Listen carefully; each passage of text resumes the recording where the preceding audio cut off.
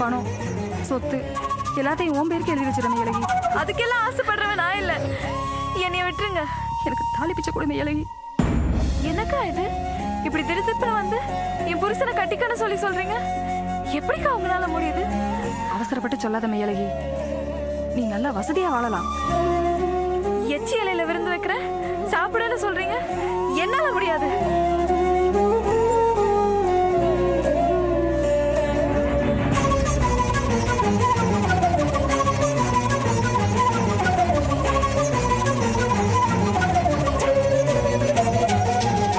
சௌந்தரவல்லி, ஆ?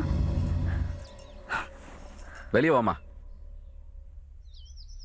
முதல்ல வெளில வாமா.